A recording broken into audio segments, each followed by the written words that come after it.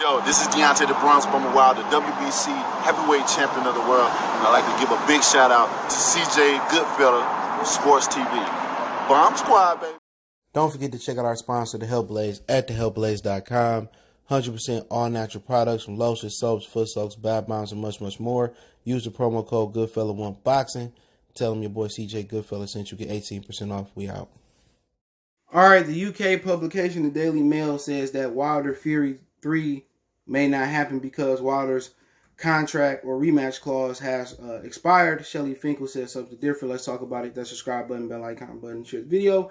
It just seems that Team Fury in the UK is just trying to get Fury out of that rematch with Deontay Wilder, even though, you know, Fury has said that it'd be one of the easiest fights to beat Wilder again.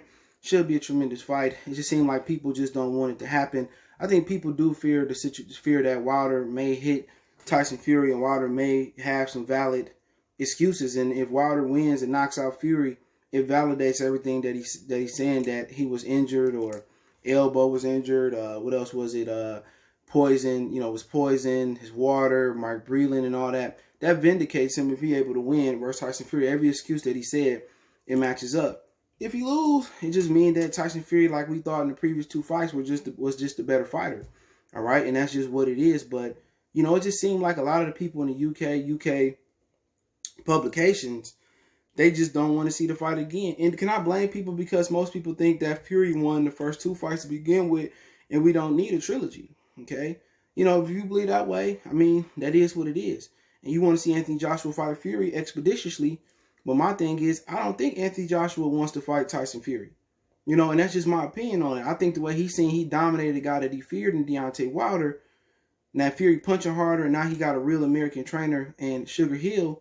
I don't think Eddie Hearn and Anthony Joshua, wants to make that fight, and that's just my humble opinion on it. All right, I could be 100% wrong on that.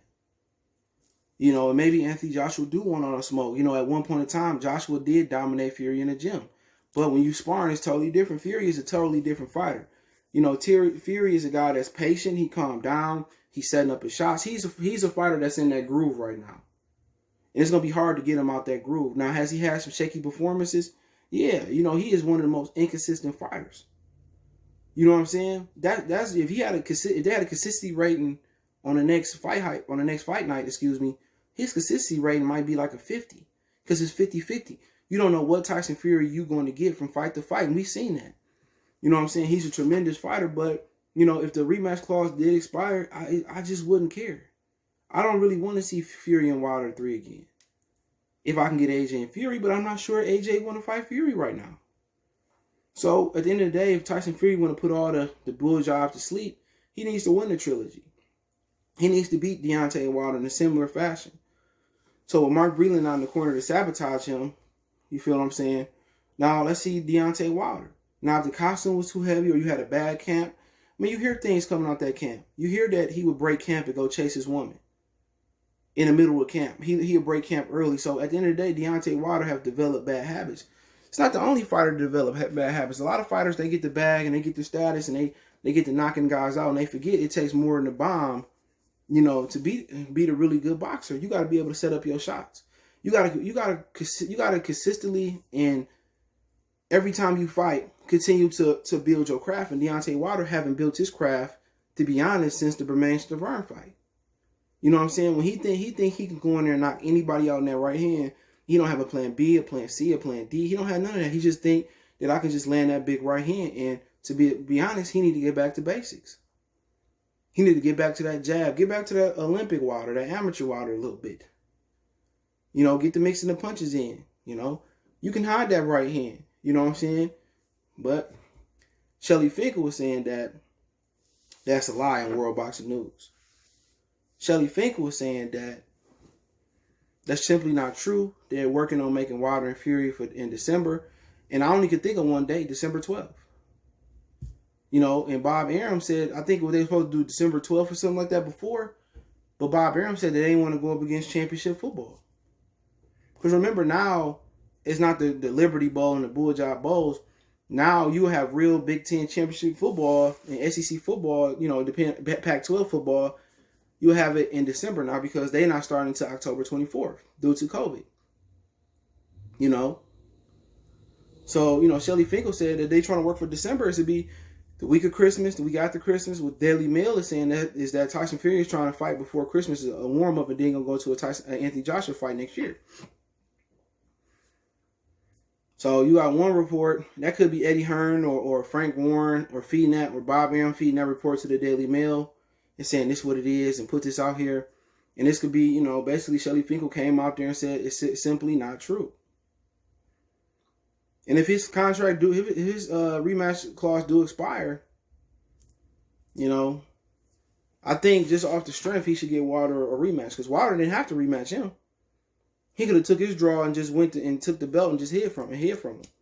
And Tyson Fury could have just went over and fought Anthony Joshua and got the 3 belts, and then him and Wilder could have fought a rematch then. And that's probably what Team Wilder should have did. But you know, Team Wilder and Al Heyman, to be exact, Al Heyman's about the dollar.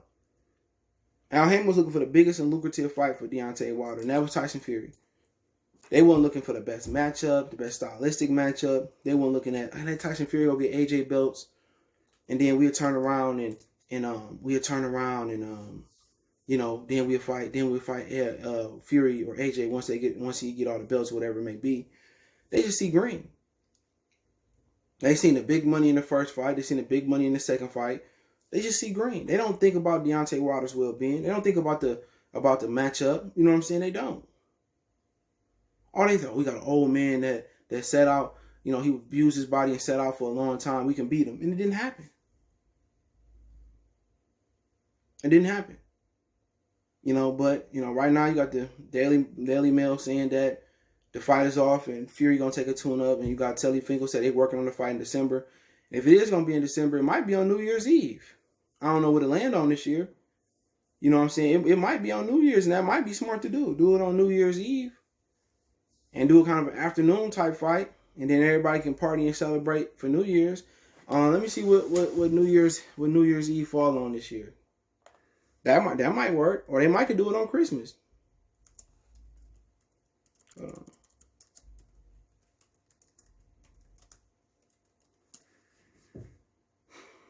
It falls on a Thursday.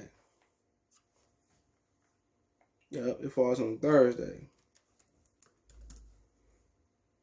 And Christmas falls on a Friday, so they can do a Rocky Apollo Creed type of thing if they want. But you know, that is what it is. You can find that article in the Daily Mail. I seen that earlier this morning, and then I found the Shelly Finkel one on Twitter on Michael Benson page. So you can check World Boxing News for the Shelly Finkel response to Daily Mail for the original story that basically the rematch clause is about to expire and Fury is going to do something else. So also you got a situation with Kell Brook and Eddie Hearn. Apparently Eddie Hearn and Kell Brook is no longer a tandem.